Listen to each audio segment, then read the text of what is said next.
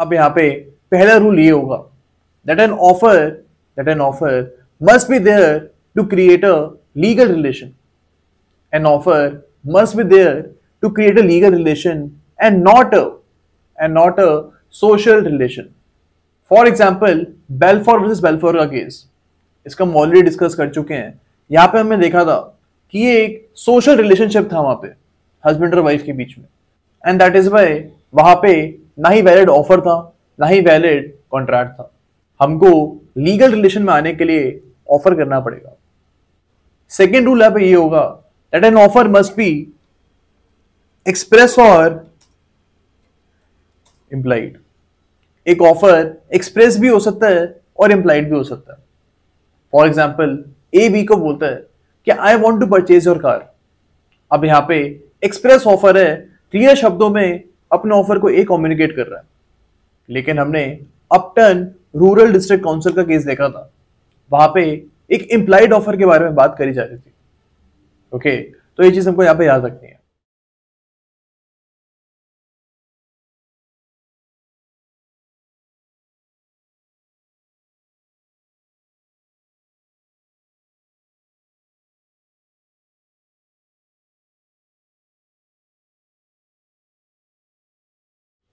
Third rule यहाँ पे ये होता है that an offer must not be vague.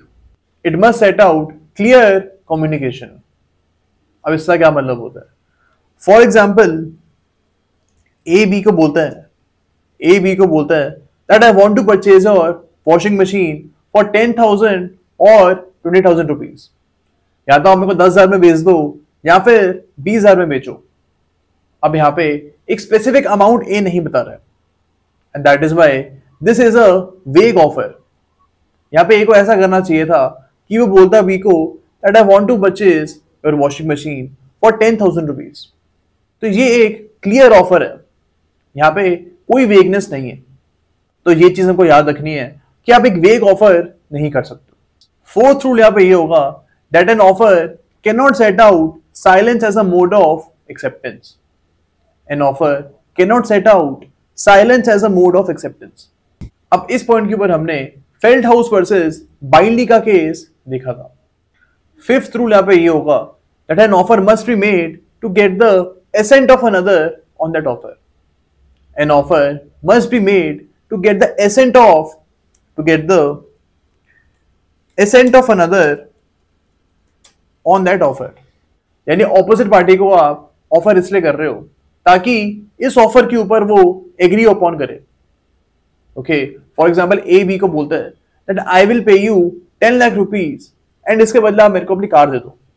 तो यहाँ पे A is actually asking for assent of the opposite party, यानी जिसको ए ऑफर कर रहा है वो उसका इस ऑफर के ऊपर एसेंट लेना चाहता है। सिक्स्थ पॉइंट यहाँ पे ये होगा that two identical offers will not form a contract, rather they will be cross offers. For example, A जो है ये B को बोलता है कि मैं आपका जो घर है ये 4 लाख रुपए में लेना चाहता हूं। I offer to purchase your house for 4 lakh rupees. ये A B को बोलता है, एंड ये जो ऑफर है इसने लेटर के थ्रू भिजवाया। B जो है A को लेटर लिखता है that will you purchase my house for 4 lakh rupees. Okay, तो यहां पे एक आइडेंटिकल ऑफर बी की तरफ से भी करा जा रहा है। इसको हम बोलते हैं क्रॉस ऑफर। अब ए ने जो अपना ऑफर था ये लेटर से भेजा था एंड बी ने अपना ऑफर लेटर से भेजा था। अब यहां पे इन दोनों ऑफर्स को हम क्रॉस ऑफर इसलिए बोलते हैं बिकॉज ये दोनों ऑफर्स एक टाइम पे एक दूसरे को क्रॉस करे होंगे। ए ने अपनी जगह से ऑफर भेजा एंड बी ने अपनी जगह से ऑफर भेजा, एंड इन दोनों ऑफर्स ने एक टाइम पे एक दूसरे को क्रॉस किया होगा, and that is why these offers are called cross offers. अब जो क्रॉस ऑफर्स होते हैं ये वैलिड कॉन्ट्रैक्ट में नहीं बदलते हैं। एक कॉन्ट्रैक्ट तभी माना जाएगा जब एक पार्टी ऑफर करेगी एंड दूसरी पार्टी उस ऑफर को एक्सेप्ट करेगी। ओके, तो ये चीज हमको यहाँ पे याद रखनी है। अब क्रॉस ऑफर और काउंटर ऑफर में डिफरेंस होता है। हमको याद रखना है कि यहां पे हम क्रॉस ऑफर के बारे में बात कर रहे थे, लेकिन काउंटर ऑफर जो होता है ये डिफरेंट होता है। काउंटर ऑफर क्या होता है? फॉर एग्जाम्पल ए बी को बोलता है that I want to purchase this vegetable for 40 rupees. मैं इस वेजिटेबल को 40 रुपीज में खरीदना चाहता हूं, ए बी को बोलता है। बी फिर ए को बोलता है कि 40 में नहीं मिलेगी, 50 रुपए में आपको मिलेगी। तो यहाँ पे बी की तरफ से एक काउंटर ऑफर हुआ है। यहाँ पे ए का जो ऑफर था 40 रुपए का, इसको बी ने एक्सेप्ट नहीं किया। इसको हम बोलते हैं cross offers.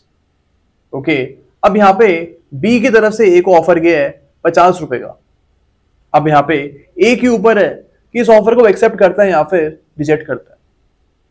Okay, cross offer जैसे ही होगा, जैसे ही बी की तरफ से यहाँ पे क्रॉस ऑफर गया है, उसी टाइम जो इनिशियल ऑफर था ए का 40 रुपए का, जो इनिशियल ऑफर था वो बी ने डिक्लाइन कर दिया। एंड अब यहाँ पे न्यू ऑफर और न्यू एक्सेप्टेंस आएगी।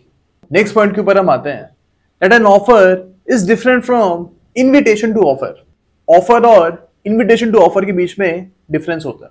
अब इसके ऊपर हमने बम्पर हॉल पेन का केस ऑलरेडी करा हुआ है। नेक्स्ट पॉइंट हमारे सामने आता है that an offer can be a general offer और an offer can be a specific offer. Offer general भी हो सकता है और स्पेसिफिक भी हो सकता है। अब इस पॉइंट के ऊपर भी हमने दो केस करे हुए हैं। आपको याद होगा काले स्मोक बॉल का जो केस था वो हमने इस पॉइंट के ऊपर किया हुआ है।